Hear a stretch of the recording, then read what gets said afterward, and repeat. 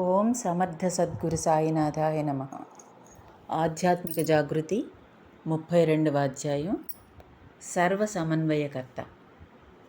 పూజ్య శ్రీ మాస్టర్ గారి ఆరాధన రజతోత్సవ సందర్భంగా శ్రీమాన్ ఎక్కిరాల అనంతాచార్యుల వారి మహోన్నత జీవన విధానం గూర్చి వైదిక సాంప్రదాయము ఆధునిక నాగరికతలను సమన్వయపరిచిన వారి కుటుంబం గూర్చి సర్వ సమన్వయకర్త అయిన పూజ్యశ్రీ భరద్వాజ మాస్టర్ గారి గురించి వివరిస్తూ పూజ్యశ్రీ అమ్మగారి కలం నుండి వెలువడిన మరొక సమగ్రమైన వ్యాసం ఏప్రిల్ 2014 సాయిబాబా మాసపత్రికలో ప్రచురితం. అది వైదిక సాంప్రదాయక నిలయమా లేక ఆధునిక నాగరిక నివాసమా? అవును, అది రెండింటినీ సమన్వయం చేసిన మహాసౌధం. అక్కడ వైదిక సాంప్రదాయాన్ని చక్కగా పాటిస్తారు, అలాగే ఆధునిక నాగరికతను కూడా సక్రమంగా అవలంబిస్తారు. ఈ రెండింటి యొక్క సమన్వయ లోపం అక్కడ మచ్చుకు కూడా కనిపించదు. చూస్తుంటే ఆలోచిస్తుంటే అవి రెండూ వేరుగావనే భావనేగాక ఆచరణ కూడా అక్కడ కనిపిస్తుంది. ఎవరి ధర్మాన్ని వారు చక్కగా పాటించడం, భార్యాభర్తల మధ్య సరి అయిన అవగాహన, పిల్లల పెంపకంలో ఉండవలసిన శ్రద్ధ జాగ్రత్తలు, బంధువుల పట్ల బాధ్యత, సాటివారితో సమైక్యత, సమాజం పట్ల నైతిక బాధ్యత, ఇవన్నీ ఒకే పుష్పగుచ్చంలో పువ్వులు ఇమిడినట్లు ఆ కుటుంబంలో ఇమిడి ఉంటాయి. అక్కడ ఎంతటి క్లిష్ట సమస్య ఎదురైనా అవలీలగా ఎదుర్కొనే ధైర్యం, ఎంతటి అశాంతి పరిస్థితి ఏర్పడినా శాంతిగా మలుచుకోగల వివేకం కనిపిస్తాయి. అక్కడ తోచనితనం ఉండదు, నిత్యనూతనత్వమే జీవిస్తుంది. అశాంతి, దైన్యము, అభద్రతాభావం, నిరాశ, నిస్పృహ, జీవితం పట్ల విరక్తి, ఇతరుల పట్ల అసూయ ద్వేషాదులు, ఇంకా ఎన్నెన్నో కలబోసిన నేటి సమాజంలో ఇవేవీ చెంతకు రానియని కుటుంబం ఒకటి ఉన్నదా అనే సందేహం ఎవరికైనా కలగవచ్చు. అందుకు సమాధానమే మన శ్రీ ఎక్కిరాల అనంతాచార్యుల వారి కుటుంబం. పూజ్య శ్రీ మాస్టర్ గారి కృతజ్ఞతారాధన మహోత్సవ 25వ వార్షికోత్సవ సందర్భంగా శ్రీమాన్ ఎక్కిరాల అనంతాచార్యుల వారి మహోన్నత జీవన విధానం గూర్చి, ఆ కుటుంబం గూర్చి క్లుప్తంగా చెప్పుకుందాం. శ్రీమాన్ అనంతాచార్యుల వారు సాంప్రదాయక వైష్ణవ కుటుంబంలో 1897లో జన్మించారు. ఆనాడు అంటే 100 సంవత్సరాల క్రితం కుల వ్యవస్థ ఎంత బలీయంగా ఉండేదో ప్రత్యేకంగా చెప్పనవసరం లేదనుకుంటాను. ఆచార వ్యవహారాలు ఎక్కువగా ఉన్న బ్రాహ్మణ కుటుంబంలో జన్మించినప్పటికీ ఆయన వీటికి మూలమైన, వీటికి అతీతమైన సత్యం పట్ల సరి అయిన అవగాహన కలిగి ఉన్నారనే చెప్పాలి. కారణం ఆయన ఆచరణ దానికి అనుగుణంగానూ భిన్నంగానూ కూడా ఉండడమే. ఆయన ఆంగ్లంలో ఉన్నత విద్యను అభ్యసించి ఎంఏలో పట్టా సంపాదించారు. అంతేగాక వైదిక గురువు వద్ద వేద విద్యను కూడా అభ్యసించి అందులో నిష్ణాతులయ్యారు. ఆంగ్ల విద్యలో ఏ విధంగానైతే ఆంగ్లంలో ప్రత్యేక శిక్షణ పొందారో అలాగే వేద విద్యలో కూడా ఋగ్వేదంలో ప్రత్యేక శిక్షణ పొందారు. ఆంగ్ల విద్యను అభ్యసించినప్పటికీ తెల్లవారు నిర్వహించే ఉద్యోగాల జోలికి వెళ్ళక ఋగ్వేదంలోని ఆయుర్వేద వైద్య విధానం పట్ల ఆకర్షితులై స్వంతంగా ఆయుర్వేద వైద్యంలో ఎంతోమంది వ్యాధిగ్రస్తులను స్వస్థులను చేశారు. ఆయుర్వేద వైద్యుడిగా గొప్ప ఖ్యాతిని గడించారు. ఒక పక్క యోగంలో ఉన్నత స్థితిని అందుకోవడంలోనూ, మరొక ప్రక్క మల్ల యుద్ధంలో ప్రావీణ్యత సంపాదించడంలోనూ ఆయనకు గల సామర్థ్యం అపారం. తర్వాత తన ఇష్టాయిష్టాలకు తావివ్వక గురువు చెప్పిన కన్యనే వివాహం చేసుకోవడం ఆయనలోని మరొక ప్రత్యేకత. అనుకూలవతి అయిన శ్రీమతి బుజ్జిలక్ష్మి గారితో వారి వైవాహిక జీవితం చక్కగా సాగింది. కానీ కొంతకాలం తర్వాత ఆమె అనారోగ్యం పాలైనారు. తీవ్ర అనారోగ్యంతో బాధపడుతున్నప్పటికీ ఇంట్లో అత్తలు, ఆడపడుచులు, తోటికోడండ్రు మొదలైన కుటుంబ సభ్యులతో వచ్చే సమస్యలు ఎన్ని ఉన్నప్పటికీ ఆమె ఎంతో ఓర్పుతో అన్నింటినీ భరించేవారు. కుటుంబ సభ్యుల పట్ల, భర్త పట్ల, పిల్లల పట్ల ఆమె తన బాధ్యతనెన్నడూ విస్మరించలేదు. ఆమె ఆరోగ్యం పూర్తిగా క్షీణించిపోతున్న సమయంలో కూడా ఆమె కుంగిపోలేదు. ఒక పక్క 5 పిల్లలు, అందున మరీ పసిపిల్లలు 2, మరొక పక్క తనను ప్రాణంగా చూసుకునే భర్త. తాను ధైర్యం కోల్పోతే వారి పరిస్థితి, మానసిక స్థితి ఎలా ఉంటుందోనన్న ఆలోచనే ఆమె ధైర్యంతో ఉండడానికి కారణం కావచ్చు. ఏది ఏమైనా ఆమె చివరి దశలో ఇక పడుకుంటే చనిపోతావని వైద్యులు స్పష్టం చేసినప్పటికీ ధైర్యంతో 40 రోజుల పాటు కూర్చునే ఉండి ఇక కూర్చోలేక అదే నిబ్బరంతో తాను పడుకోవడానికి అంటే తాను మరణించడానికి సిద్ధమేనని చెప్పిన ధీశాలి, ధైర్యశాలి ఆమె. ఇంతకంటే ఆమె యొక్క గొప్పతనాన్ని చాటి చెప్పే విషయం మరొకటేముంటుంది? ఎవరి జీవితంలోనైనా ఇటువంటి పరిస్థితి వస్తే అంత ధైర్యంగా ఎదుర్కోగల సాహసం ఎవరికైనా ఉంటుందా?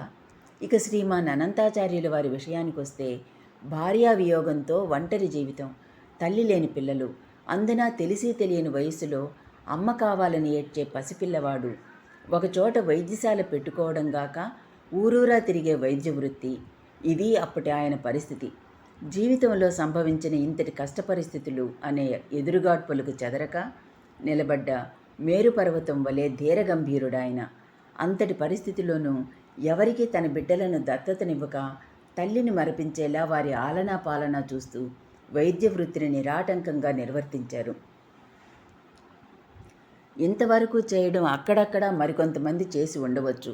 సాధారణంగా ఎవరూ చేయలేని ఆయనలోని అంశం మరొకటి ఉన్నది. అది వ్యక్తి స్వాతంత్రం. మన జీవితంలోని ప్రతి విషయము మన ఇష్టాయిష్టాల ప్రకారమే ఎలాగైతే జరగాలని అనుకుంటామో అలా ప్రతి వారికి ఉంటుంది గనుక ఆయన ఆ అంశానికి ప్రాధాన్యతనిచ్చారు. కారణం వ్యక్తి వికాసం దాని మీదనే ఆధారపడుతుంది గనుక. ఇతరులు పట్టుకుంటే గానీ నడవని వాడికి సంపూర్ణమైన నడక ఎలా వస్తుంది? కనుక నడక వలనే నడత కూడా స్వతంత్రంగానే ఉండాలన్నది వారి ఉద్దేశం.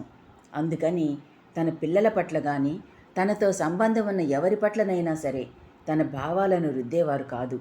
వారి తిండి, బట్టలు, చదువు విషయాలలోనే గాక వివాహ విషయంలో కూడా సంపూర్ణ స్వాతంత్రాన్ని ఆయన ఇచ్చారు.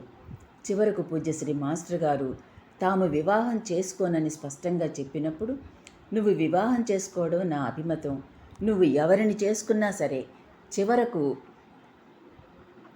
నిమ్మనజాతి పిల్లని చేసుకున్నా సరే నాకిష్టమేనని అంత స్పష్టంగా చెప్పిన నేటి నాగరికతావాది ఆయన.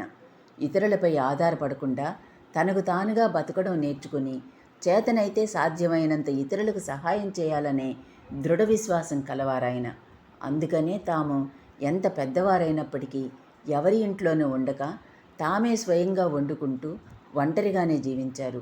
అంతేగాక నాటి సమాజ వ్యవస్థకు వ్యతిరేకంగా కనిపించే కులమత భేదాలను ఏమాత్రం పట్టించుకోక తన ఇంట ఒక చాకలి పిల్లవానికి ఆశ్రయమిచ్చి అతనికి వైద్య వృత్తిని నేర్పి అతనికి జీవనోపాధి కల్పించి వివాహం చేశారు.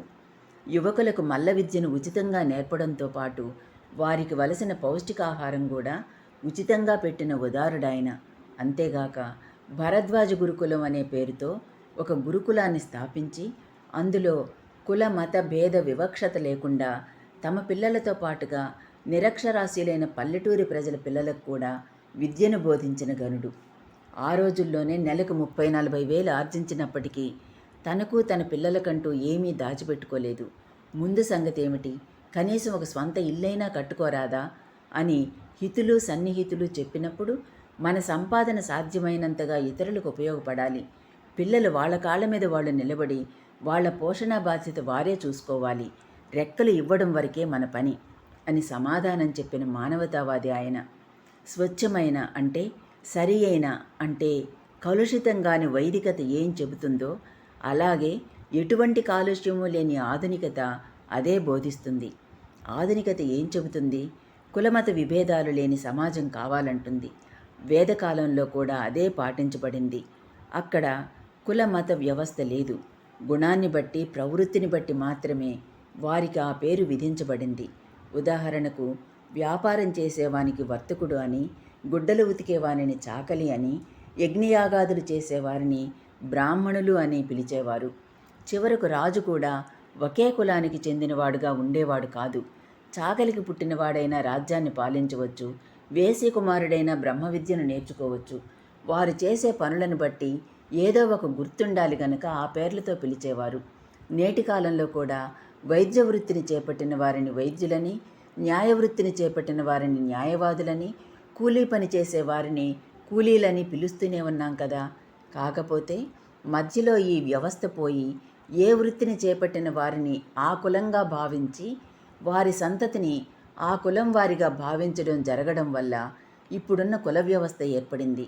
అయితే నేటి సమాజంలో కులభేదాలు నిర్మూలించబడ్డాయా? అన్ని కులాలు ఒకటేనని చెబుతూనే ఒక కులం వారికి ప్రతి దానిలోనూ రాయితీలు ఇవ్వడంలోనూ, తమ వారికే అన్నింటిలోనూ ప్రత్యేకత చూపించడంలోనూ, ప్రేమించిన వారు భిన్న కులస్తులైతే వారి వివాహానికి ఒప్పుకోకపోవడంలోనూ కుల వ్యవస్థ ఎంతగా బలపడి ఉన్నదో గమనించవచ్చు. నాగరికత సాధించామనే నేటి సమాజంలోనే కుల వ్యవస్థ ఇంత బలీయంగా ఉంటే అప్పుడు ఆయన అలాంటి భావాన్ని వ్యక్తం చేయడంలో ఆయన ఎంత ఆధునిక భావాలు కలవారో అర్థమవుతుంది. అంతేగాక ఆయన బ్రాహ్మణులైనప్పటికీ ఏ కులానికి చెందిన వారి గృహంలోనైనా నిస్సంకోచంగా భోజనం చేసేవారు. ఇంతకు అట్టి కుటుంబం వల్ల ప్రయోజనం ఏమిటి? దీనికి సమాధానం ఎంతైనా చెప్పవచ్చు. శ్రీమాన్ అనంతాచార్యుల వారి వల్ల లోకానికి ఎంతో శ్రేయస్సు చేకూరింది. శ్రీమాన్ అనంతాచార్యుల వారు వేద విజ్ఞానాన్ని లోకానికి అందించారు. ఆయనకు 4 కుమారులు. వారందరూ ఆధునిక ఉన్నత విద్యలను అభ్యసించి విశ్వవిద్యాలయాల నుంచి పట్టభద్రులైన వారే.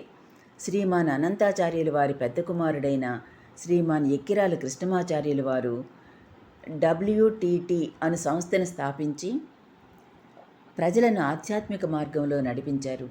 ఎన్నో వేల మందికి ఆయన గురువులై కులపతిగా పేరు పొందారు. 2వ వారైన శ్రీమాన్ వేదవ్యాస గారు యూస్కేఫే అను సంస్థను స్థాపించి ప్రజలను ఆధ్యాత్మిక మార్గంలో నడిపించారు. 3వ వారైన శ్రీమాన్ బోధాయన గారు ప్రఖ్యాత ఆయుర్వేద వైద్యులై ఎంతోమందికి ఉత్తమమైన వైద్య సేవను అందించారు. ఇక 4వ కుమారులు మన పూజ్య శ్రీ భరద్వాజ మాస్టర్ గారు. ఆయన శ్రీ షిరిడీ సాయి కల్చరల్ మిషన్ను స్థాపించి ఎంతోమందిని ఆధ్యాత్మిక వైజ్ఞానిక పదంలో నడిపించారు. నేడు సాయిబాబా భక్తులుగా ఇన్ని కోట్ల మంది ఆంధ్రులు, ఇతర రాష్ట్రాల వారు, దేశస్థులు రూపొందడానికి మూల కారణం ఆయనేననడంలో సందేహం లేదు. ఇంతకంటే ఏ కుటుంబం వల్లనైనా జరగవలసిన శ్రేయస్సు ఏమున్నది? పూజ్యశ్రీ మాస్టర్ గారు అనంతాచార్యుల వారిలోని సద్గుణాలన్నింటినీ పుణికిపుచ్చుకున్నారు. పూజ్యశ్రీ మాస్టర్ గారి గురించి కొద్దో గొప్పో పరిచయం ఉన్న వారందరికీ ఆయన మాతృవియోగం, అన్వేషణ, బాబా ఆయనకు ప్రసాదించిన అనుభవం, తర్వాత ఆయన చేసిన బాబా ప్రచారము తెలుసు.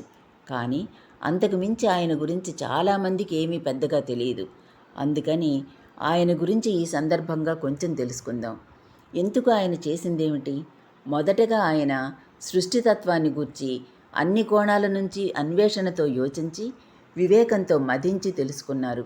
అంతేగాక అన్ని కుల మత వర్ణ వ్యవస్థల గూర్చి, వివిధ రకాల సమాజాల పరిస్థితులను గూర్చి, వివిధ వ్యవస్థల గూర్చి, వివిధ జాతుల మనుగడ గూర్చి, విశ్వంలోని ప్రతి అంశం గూర్చి, భగవంతుని గూర్చి, వివిధ మతాలలోని మహాత్ముల గూర్చి, వారు చెప్పిన సిద్ధాంతాల గూర్చి, వీటన్నింటినీ ఉపయోగించుకునే మానవజాతి గూర్చి క్షుణ్ణంగా తెలుసుకున్నారు.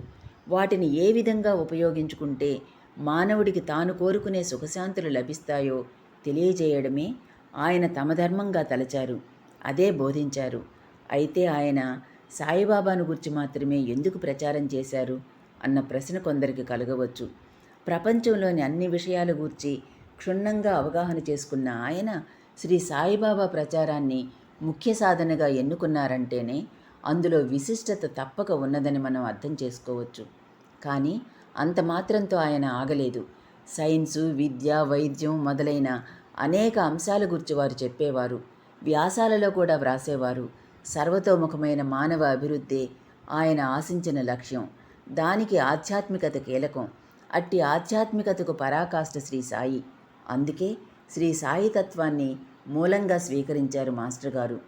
శ్రీ సాయిబాబా నేటి ప్రపంచం ఎదుర్కొంటున్న సమస్యలన్నింటికీ పరిష్కార మార్గంగా అవతరించారు అని ఆయనే స్పష్టంగా చెప్పారు.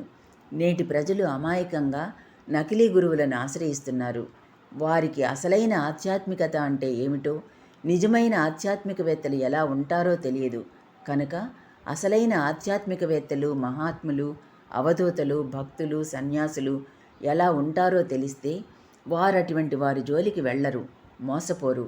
ఉదాహరణకు ఏదైనా ఒక వస్తువు కానీ, పండు కానీ, పువ్వు కానీ, మరేదైనా కానీ ఎలా ఉంటుందో తెలిస్తే దానిని గుర్తుపట్టగలరు. అది కాని దానిని కాదనగలరు. అందుకని నిజమైన ఆధ్యాత్మికతను తెలియజేయడమే నా పని అని నిశ్చయంగా చెప్పేవారాయన. ఎందరో నకిలీ గురువులు తమను తాము ఎంతో గొప్పవారమని, తమ వద్దనున్న ఆధ్యాత్మికత మరెవ్వరి దగ్గర లేదని, తాము ముక్తిని సైతం కరతలామలకంగా ప్రసాదించగలమని చెప్పుకుంటున్నారు. నిజమైన గురువులు తాము గురువులమని గాని, ఇతరులు శిష్యులని గాని తలచరు. శిష్యులే వారి అనుభవాలను బట్టి వారిని గురువులుగాను, అవతార పురుషులుగాను తలుస్తారు. అందుకని ఆయన ఏది నిజమైన ఆధ్యాత్మికతో, ఏది కాదో తెలియజెప్పడానికి ప్రయత్నించారు. పూజ్యశ్రీ మాస్టర్ గారి బోధనలో మరొక ప్రత్యేకత కూడా ఉన్నది. అది మానవులలోని సంస్కారాలను సరియైన విధంగా సంస్కరించుకోవాలని చెప్పడం. ఆధ్యాత్మికత అంటే భగవంతుని పేరిట దాన ధర్మాలు, మందిర ఆశ్రమ నిర్మాణాలు, జప ధ్యాన పారాయణలు చేయడమేనని అనుకుంటారు. భగవంతుని పేరిట ఉత్సవాలు ఎంతో వైభవంగా జరుపుకుంటారు. కానీ ఇతరుల వలనే వారు కూడా అసూయ ద్వేషాలతో అశాంతికి గురి అవుతూ ఉంటారు. సుఖదుఖాలకు ఇతరుల వలనే స్పందిస్తుంటారు. మరి ఆధ్యాత్మికత వల్ల, భగవంతుని ఆశ్రయించడం వల్ల ప్రయోజనం ఏమున్నది? లౌకికంగా కోరికలు తీరడం తప్ప. అందుకని ఆధ్యాత్మికత అంటే నాస్తికులకు అవహేళన కలుగుతున్నది అనేవారాయన. నేటి సమాజంలో లౌకిక వ్యవస్థలో ఎన్ని కోణాలలోనైతే అస్తవ్యస్తత ఉన్నదో, అలాగే ఆధ్యాత్మికతలోనూ అస్తవ్యస్తత ఉన్నదని తలచి దానిని అన్ని కోణాల నుంచి సరిచేయడానికి ప్రయత్నించారు. పూజ కానీ, పారాయణ కానీ, జప ధ్యానాదులు కానీ, దాన ధర్మాలు కానీ, సమాజ సేవ కానీ ఎలా చేస్తే ఎలాంటి ఫలితాలు వస్తాయో వాటిని సరియైన విధంగా ఎలా చేసుకోవాలో తెలియజెప్పారు. ఆయన శ్రీ సాయిబాబాను తమ గురువుగా తలచినప్పటికీ ఏ ఒక్క సాధననే చేయాలని ఎవరికీ చెప్పలేదు. ఎవరికి తగిన బోధనను, సాధనను వారికి తెలియజేశారు. శిష్యుని పరిపాకాన్ని అనుసరించి వారికి తగిన బోధ చేయగలవాడే సద్గురువు అన్న వాక్యం ఆయన విషయంలో అక్షర సత్యం. పూజ్యశ్రీ మాస్టర్ గారి దృష్టిలో ఎవ్వరూ ఎక్కువగారు, ఎవ్వరూ తక్కువగారు. కులమతాల పట్ల కానీ, పేద ధనికులని కానీ, బంధువులు బయటివారని కానీ, చిన్న పెద్ద అని కానీ పక్షపాతం లేదు. తనకంటే ఎంతో చిన్నవారైనా ఒక మంచి సలహా ఇచ్చినప్పుడు ఆయన స్వీకరించేవారు. తాము గురువునని కానీ, తనకు ఎవరూ ఏమీ చెప్పనవసరం లేదని కానీ, తనకు అన్నీ తెలుసు గనక తాను ఎవరి మాట విననవసరం లేదని కానీ ఆయన ఎన్నడూ భావించలేదు. చదువు విషయంలో కానీ, ఉపాధి విషయంలో కానీ, వివాహ విషయంలో కానీ తనను అడిగిన వారికి సలహాగా మాత్రమే తమ ఉద్దేశాలను చెప్పేవారు. అలా చేస్తే వచ్చే ఉపయోగాల గురించి చెప్పేవారు. వాళ్ళు తమ మాట పాటించకపోయినప్పటికీ ఆయన ఏమీ అనుకునేవారు కాదు. సరి అయిన బోధను అందించడం వరకే గురువు బాధ్యత.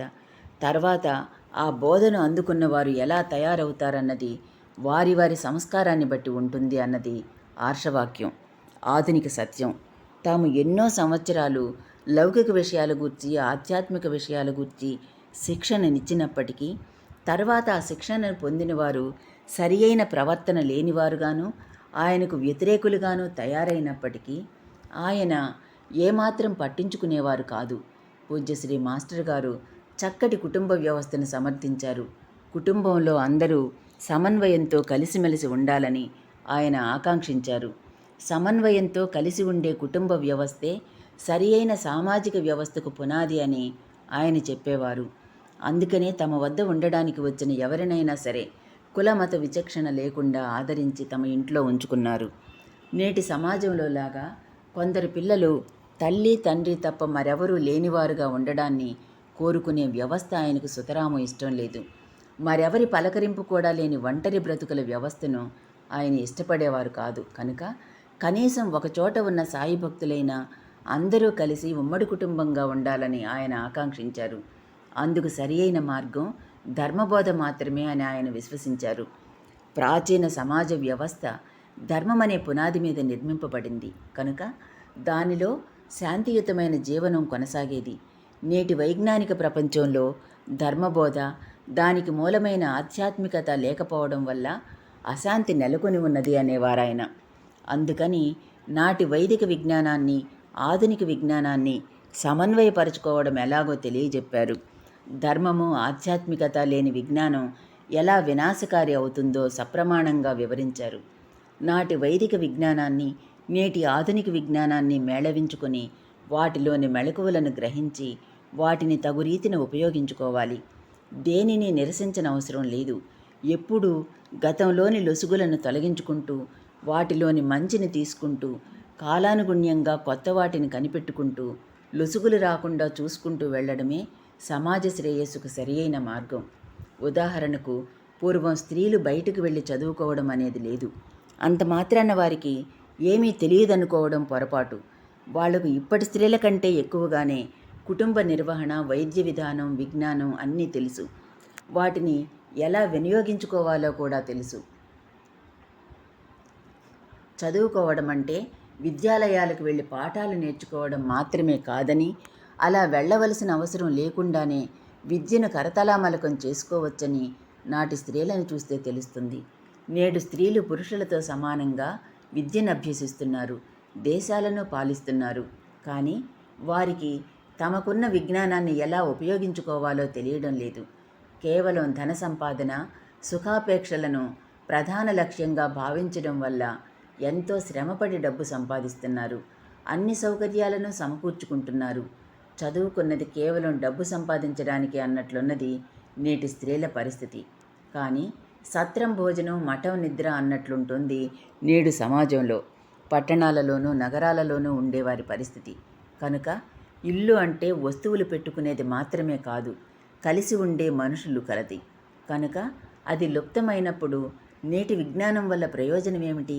కనుక చదువుకున్న స్త్రీలు తమ పిల్లలతో పాటు 10 మంది పిల్లలను సక్రమంగా పెరిగేలా శ్రద్ధ తీసుకోవడం, వారికి చిన్నప్పటి నుంచే ధర్మబోధ చేయడం ఎంతో ముఖ్యమైనది.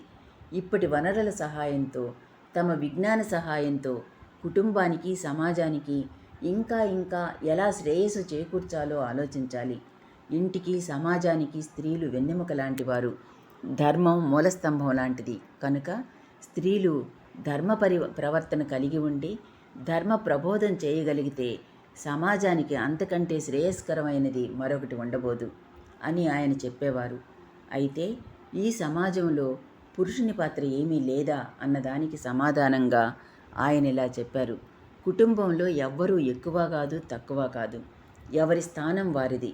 రాజ్యంలో రాజు గొప్ప, మంత్రి గొప్ప, లేక సైనికుడు గొప్ప అంటే అందరూ ఒకటేనని సమాధానం చెప్పక తప్పదు. ఎంత తెలివిగల రాజైనా మంత్రి సరైనవాడు కాకపోతే రాజ్యాంగం సరిగా ఉండదు. రక్షకుడైన సైనికుడు లేకపోతే రాజ్యం నిలవదు. అలాగే ప్రజలే లేకపోతే రాజ్యం ఏముంటుంది? అందుకని ఎవరి స్థానం వారిది. కుటుంబంలో రాజు స్థానం పురుషుడిదైతే మంత్రి స్థానం స్త్రీది. కనుక స్త్రీని సరియైన మంత్రిగా తీర్చిదిద్దవలసిన బాధ్యత పురుషుని పైన ఉన్నది. అందుకు రాజు సరియైన వాడుగా ఉండాలి. రాజే సరియైనవాడు కాకపోతే రాజ్యాన్ని, తనకు సహాయకులను సరియైన మార్గాన్ని ఎలా నడిపించగలడు? కనుక పురుషుడు ధర్మ ప్రవర్తనను అలవరుచుకొని భార్యను సంస్కారవంతురాలుగా తీర్చిదిద్దుకొని ఆమె సలహాలను స్వీకరిస్తూ కుటుంబ నిర్వహణ చేయాలి. స్త్రీని తెలివి తక్కువ దానిగాను, తక్కువగాను చూడడం చాలా హేయం. ప్రకృతిని వినియోగించుకోవడం విషయానికొస్తే వైదిక మార్గానికి, ఆధునిక మార్గానికి రెండింటిలో కొట్టవచ్చినట్లు భేదం కనిపిస్తుంది. నేటి విజ్ఞాన ప్రపంచం ఏమాత్రం విచక్షణ లేకుండా ప్రకృతిని పిండుకోవడం జరుగుతున్నది. ఇదే వేద విజ్ఞాన శాస్త్రం చెప్పిన దానిని బట్టి చూస్తే ప్రకృతిని సక్రమంగా మాత్రమే, అంటే తనకు, ఇతరులకు, ప్రకృతికి ఏమాత్రం నష్టం వాటిల్లకుండా ఉపయోగించుకోవడం కనిపిస్తుంది. ఉదాహరణకు, ఒక మొక్కను ఔషధానికి కానీ, ఆహారానికి కానీ, మరే ఇతర ప్రయోజనాలకు కానీ ఉపయోగించుకోవాలనుకున్నప్పుడు దాని మనుగడకు, దాని జాతి మనుగడకు, ప్రకృతికి, సమాజానికి ఎటువంటి నష్టం రాని విధంగా ఉపయోగించుకోవడమే జరిగేది. ఇప్పుడు అలా ఏమాత్రం జరగడం లేదన్నది ఎవరు ఏమాత్రం ఆలోచించినా తెలిసే నగ్నసత్యం. అందుకని మనం చేసే ప్రతి చర్య యొక్క పర్యవసానం అనుభవిస్తున్నప్పుడు కానీ దాని వలన కలిగే నష్టం గురించి తెలియడం లేదు. అంతేగాక వేద పురుషులు ఏది చెప్పినా దాని వెనుక మౌలికమైన సత్యం ఇమిడి ఉంటుంది. వైదికత దేనినైనా, అంటే మానవుల దగ్గర నుంచి ప్రకృతిలోని ప్రతి దానిని కృతజ్ఞతాభావంతో ఆరాధించే మనస్తత్వాన్ని రంగరించి నూరిపోస్తుంది. కారణం వారు అనంత విశ్వంలోని ప్రతిదీ ఒకదాని మీద ఒకటి ఆధారపడి ఉంటుందన్న సత్యాన్ని గ్రహించారు గనక. అటువంటప్పుడు విశ్వంలో ఏది సక్రమంగా పనిచేయకపోయినా అన్నింటి మనుగడ దెబ్బతింటుంది.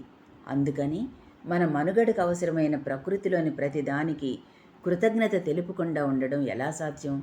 కానీ ఇప్పుడు ఆ కృతజ్ఞతాభావం లోపించడం ఎక్కువగా కనిపిస్తున్నది. స్వార్థపరమైన సమాజానికి కృతజ్ఞత ఎలా ఉంటుంది? ఆరాధనాభావం ఎలా సాధ్యపడుతుంది? అందుకనే సమాజంలో ప్రతి విషయంలోనూ అస్తవ్యస్తత చోటు చేసుకుంటున్నది. అదే నేటి సమాజ దుస్థితి, ఈ అశాంతి స్థితి. అందుకనే వేదకాలంలో వారు మానసిక ఆరోగ్యానికి కూడా ప్రాధాన్యతనిచ్చారు. ముందు మనసు జబ్బు పడకుండా ఉంటే శారీరక సామాజిక పరిస్థితులు ఎలా ఉన్నా మానసిక శాంతి కలిగి ఉంటారని వారు గ్రహించారు. అందుకని మానసిక ఆరోగ్యానికి కూడా వారు సమపీట వేశారు. మానసిక శారీరక ఆరోగ్యాలు రెండు కాళ్ల వంటివని వారు భావించారు. అప్పుడు వ్యక్తి సరైన రీతిలో జీవనం సాగించగలడని తెలిపారు. అందుకని ప్రకృతిలోని వనరులన్నింటినీ సక్రమంగా వినియోగించుకునే మార్గాలను వారు తెలిపారు. అందుకు అనేక శాస్త్రాలను రూపొందించారు. అంతేగాక మానసిక ఆరోగ్యానికి కావలసి అనేక మార్గాలను వారు రూపొందించారు. అదే ఆధ్యాత్మికత, ధర్మం. ఆధ్యాత్మికత, ధర్మం వేరుగావు. ఆధ్యాత్మికతలో ధర్మం ఇమిడి ఉంది. ధర్మం లేని ఆధ్యాత్మికత లేదు. లౌకికత సక్రమంగా ఉండడానికి ఎన్ని మార్గాలున్నాయో అలాగే ఆధ్యాత్మికతలో కూడా అనేక సాధనా మార్గాలను వారు ఏర్పరిచారు. కారణం సరైన ఆధ్యాత్మికత ద్వారా మానసిక శాంతి, శారీరక ఆరోగ్యం, ప్రకృతిలోని ప్రతి దానిని సక్రమంగా వినియోగించుకునే ధర్మం ఇమిడి ఉన్నాయని వారు గుర్తించారు. కనుక మానసిక శాంతి, ప్రకృతి పట్ల సమన్వయం ఈ రెండూ మానవ మనుగడకు ముఖ్యమైన అంశాలని వారు గుర్తించారు. ఇందులో మనం గమనించవలసిన విషయం ఒకటి ఉంది. పూజ్యశ్రీ మాస్టర్ గారు నేటి విజ్ఞాన శాస్త్రాన్ని కాదనలేదు, తప్పని అనలేదు. కారణం ఈ శాస్త్రాలన్నీ నాటి వైదిక విజ్ఞానంలో ఉన్నాయి గనక. ఇంకా చెప్పాలంటే వైజ్ఞానికంగా కూడా నేటి శాస్త్రజ్ఞులు ఊహించలేని వైజ్ఞానిక సత్యాలను వేదశాస్త్రజ్ఞులు దర్శించారు, తెలియచేశారు కూడా. అందుకని నేటి విజ్ఞానం ఓనమాల దశలోనే ఉన్నదని, ఇంకా తెలుసుకోవలసింది ఎంతైనా ఉన్నదని పూజ్యశ్రీ మాస్టర్ గారు నిర్భయంగా చెప్పేవారు. కులమత భేదాలను ఆయన నిరసించారు. వర్ణాంతర, కులాంతర వివాహాలను ఆయన సమర్థించారు. వివాహం అంటే ఇద్దరు వ్యక్తులు కలిసి ఉండడం కాదని, రెండు మనసులు కలవడమని, కనుక మనసులు కలిసిన ఎవరైనా కులమత భేదాలు పట్టించుకోకుండా వివాహం చేసుకోవచ్చని ఆయన తెలిపారు. పెద్దలు ఇరువురి జాతకాలు, మంచి చెడులు, కుటుంబ పరిస్థితులు అన్నీ ఆలోచించి చేస్తారు. కనుక మరొక విధంగా వివాహం చేసుకోవడం వల్ల వారి జీవితాలు అస్తవ్యస్తమవుతాయి కదా అన్నదానికి సమాధానంగా ఆయన పెద్దవాళ్ళు నిర్ణయించిన వారి వైవాహిక జీవితాలు సజావుగా సాగుతున్నాయా అని నిలదీసి ప్రశ్నించారు. అలా చేస్తే కుల వ్యవస్థ మంటగలుస్తుంది కదా అన్నదానికి ఆయన ఇప్పుడు ఎవరు కులధర్మాన్ని అనుసరిస్తున్నారు? బ్రాహ్మణులు బ్రహ్మజ్ఞానం కోసం కానీ, సమాజ శ్రేయస్సు కోసం కానీ వారి విధులను సక్రమంగా నిర్వర్తిస్తున్నారా? ఇతర కులాల వారి వృత్తులను వీరెందుకు చేస్తున్నారు? వేద విద్యను అభ్యసించడం కానీ, కనీసం సంధ్యావందనం చేయడం కానీ విధిగా చేస్తున్నారా? అటువంటప్పుడు అన్ని కులాలు ఒకటే అయినట్లే కదా. మరి వివాహ విషయంలో ఈ భేదం ఎందుకు పాటించాలి అని ఎదురు ప్రశ్నించారు. కులమత భేదాలు లేని వైదిక సాంప్రదాయంలోని విశిష్టతను తెలియజేసి, కులమత భేదాలు వద్దనుకుంటూనే కులమత భేదాలతో కొట్టుకు చస్తున్న నాగరిక సమాజాన్ని అన్ని కోణాల నుంచి సరిచేయడానికి ప్రయత్నించడమే ఆయన తమ ధ్యేయంగా పెట్టుకున్నారు. అందుకు ఎన్ని అవరోధాలు వచ్చినా, ఎంతమంది వ్యతిరేకించినా ఆయన పట్టించుకోలేదు. నా సిద్ధాంతాలను ఇష్టపడేవారు, ఆచరించేవారు ఒక్కరున్నా పర్వాలేదు, నేను నమ్మిన సిద్ధాంతాన్ని పట్టుకొని నా కర్తవ్యాన్ని నిర్వర్తించడమే నా లక్ష్యం అని పూజ్యశ్రీ మాస్టర్ గారు అనేవారు. ఎవరికైనా తమ బలహీనతలను తొలగించుకోమని చెప్పడం ఇష్టం ఉండదు. తగవులు ఆడుకోవద్దు అంటే కోపం వస్తుంది. వాళ్ళ బలహీనతలను పట్టించుకోకుండా చెప్పే ఆధ్యాత్మికత వాళ్లకు నచ్చుతుంది. కానీ బలహీనతలను పోగొట్టుకోకుండా ఆధ్యాత్మికత ఎలా సాధ్యం? ఏ తిత్తికి ఆతిథ్యే అన్నట్లు బలహీనతలన్నీ అలాగే ఉంచుకొని భక్తులమని, ఆధ్యాత్మికవేత్తలమని భావించడం ఆధ్యాత్మికతను భ్రష్టు పట్టించినట్లే అవుతుంది. అందుకని అన్ని విషయాలలోనూ నిజమైన, మూలమైన, నిర్దిష్టమైన, నిష్కల్మషమైన దానిని తెలుసుకుని ఆచరించడమే ఆధ్యాత్మికత అని ఆయన చెప్పేవారు. సాటి మానవుడు మలమల మాడిపోతున్నప్పటికీ తమకేమీ పట్టనట్లు ఉండడం, కనీసం ప్రమాదాలు జరిగినప్పుడు కూడా తప్పించుకోవడం, స్వార్థం కోసం ఎటువంటి కిరాతకానికైనా ఒడిగట్టడం సామాజిక వైజ్ఞానిక అభివృద్ధికి సంకేతాలా అని ఆయన నిలదీసి ప్రశ్నించారు. తాము ఎటువంటి పరిస్థితిలో ఉన్నప్పటికీ, సాటి మనిషి ఎటువంటి వాడైనప్పటికీ తనకు చేతనైనంత సహాయం చేయడానికి ఎన్నడూ వెనుకాడలేదు. ఇందుకు ఉదాహరణలు ఆయన జీవితంలో కోకొల్లలు. నిజానికి నేటి విద్య, వైద్యం, వ్యాపారం, పరిపాలన మొదలైనవన్నీ ఇటు ఆధునికములు కావు, అటు ప్రాచీనములు కావు. రెండింటినీ అర్థం చేసుకోకుండా చేసిన భ్రష్టు పట్టిన వ్యవస్థలు. అందుకే నేటి సమాజం ఈ విధంగా అన్ని రంగాలలోనూ భ్రష్టుపడుతున్నది. ఇది ఇలాగే కొనసాగితే సమాజం పూర్తిగా నాశనం కాక తప్పదు అని ఆయన స్పష్టంగా చెప్పారు. నేటి అస్తవ్యస్తతకు కారణం ధర్మబోధ లుప్తం కావడమేనని ఆయన భావించారు. అయితే నేటి కాలంలో ధర్మబోధ చేస్తే వినేవారెవరు? అందుకే ఆయన దానికి పరిష్కార మార్గం ఒక్కటేనని గుర్తించారు. అదే షిరిడీ సాయిబాబా గురించి తెలుపడం.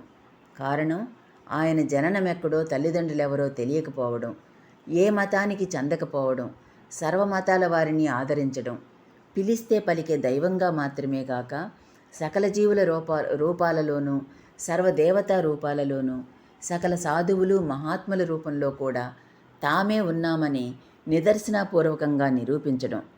ఆయన వద్ద ఆర్తులు, అర్ధార్థులు, ముముక్షువులు, జిజ్ఞాసువులు కూడా తమకు కావలసినవి పొందగలగడం. అందుకే మొదటగా అనేక సమస్యలతో సతమతమవుతున్న ప్రజలకు బాబాను సేవించడం వలన కోరికలు తీరి ఆయన యందు భక్తి విశ్వాసాలు దృఢంగా కలగడానికి అవకాశం ఉందని పూజ్యశ్రీ మాస్టర్ గారు గ్రహించారు. అందుకే ఆయన లీలలను వివరిస్తూ శ్రీ సాయిలీలామృతం అనే గ్రంథం రాసి ప్రజలకు అందించారు. అందువలన అసంఖ్యాకమైన ప్రజలు నేటికి షిరిడీ వెళ్ళి ఆయనను సేవిస్తున్నారు. తరువాత బాబా వలన కోరికలు తీర్చుకోవడం మాత్రమే చాలదని, మనకు కావలసిన శాంతి లభించాలంటే ఆయన బోధనలను అర్థం చేసుకుని ఆచరించడం ముఖ్యమని తెలియజేస్తూ శ్రీ సాయినాథ ప్రబోధామృతం అనే గ్రంథాన్ని రచించారు. తద్వారా ధర్మ ప్రబోధం జరిగి మానవులలో ధర్మ ప్రవర్తన అలవడగలదని ఆయన భావించారు. అంతేగాక సత్యాన్ని గురించి తెలుసుకోదలిచిన జిజ్ఞాసువులకు ఏది నిజం అనే గ్రంథాన్ని రచించి అసలు సత్యమేమిటో విశదపరిచారు. మతమౌఢ్యంతో అలమటిస్తున్న వారికి మతమంటే ఏమిటో వివరిస్తూ మతం ఎందుకు అన్న గ్రంథం రచించారు. అసలు భగవంతుడున్నాడా, ఉంటే ఎలా ఉంటాడు అని ప్రశ్నించే వారి కోసం ఆధునిక విజ్ఞానాన్ని ఆధ్యాత్మిక జ్ఞానంతో సమన్వయపరుస్తూ విజ్ఞాన వీచికులనే గ్రంథం రచించారు. అసలు ఆధ్యాత్మికత అంటే ఏమిటో, నిజమైన ఆధ్యాత్మికవేత్తలు ఎలా ఉంటారో తెలియజేస్తూ ఎంతోమంది అసలైన మహాత్ముల చరిత్రలు రచించారు. అలాగే భగవంతుడంటే ఏమిటో సరిగా తెలుసుకోకుండా భగవంతుడు లేడని గుడ్డిగా విశ్వసించే, భగవంతుడిని నమ్మడం మూఢనమ్మకమని నిరసించే నాస్తికులను, హేతువాదులను వ్యతిరేకించారు. అలాగే భగవంతుడంటే ఏమిటో సరిగ్గా తెలుసుకోకుండా భగవంతుడిని గుడ్డిగా నమ్మే ఆస్తికులను కూడా ఆయన నిరసించారు. నిజంగా భగవంతుడిని గుడ్డిగా లేడనుకునేవారు, గుడ్డిగా ఉన్నాడనుకునేవారు ఇద్దరూ తమ గుడ్డి నమ్మకాలను గట్టిగా పట్టుకుని వేలాడే మూఢనమ్మకస్తులేనని ఆయన ధైర్యంగా చెప్పి వారికి ఎదురు నిలబడ్డారు. నేటి వైజ్ఞానిక విజ్ఞానాన్ని, ఆధ్యాత్మికతను సమన్వయపరిచి భగవంతుడు ఉన్నాడని నిరూపించడం ఆయనలోని ప్రత్యేకత. వైదికతను, నాగరికతను, ఆధ్యాత్మికతను, ఆధునిక వైజ్ఞానికతను సమన్వయపరిచిన మహామనీషి పూజ్యశ్రీ మాస్టర్ గారు. ఇప్పుడు చెప్పండి, పూజ్యశ్రీ మాస్టర్ గారు ఆధ్యాత్మికవేత్త, వైదిక సాంప్రదాయ పురుషుడా, ఆధునిక మానవుడా, నేటి వైజ్ఞానిక శాస్త్రజ్ఞుడా, సమాజ సంస్కర్త? సమాధానం ఆయన అన్నీను. ఎందుకంటే ఆయన షిరిడీ సాయి సద్గురుని అనుగ్రహంతో సృష్టి రహస్యాన్ని సంపూర్ణంగా తెలుసుకున్న పరిపూర్ణుడు గనుక. అందుకని సృష్టిలోని అన్ని విషయాలు ఆయనకు క్షుణ్ణంగా అవగతమవడంలో ఆశ్చర్యమేమున్నది? అందుకని పూజ్యశ్రీ మాస్టర్ గారు మహాపురుషుడు, సర్వ సమన్వయకర్త, పరిపూర్ణ అవతార పురుషుడు. 32వ అధ్యాయం సమాప్తం. ఓం సాయిరామ్.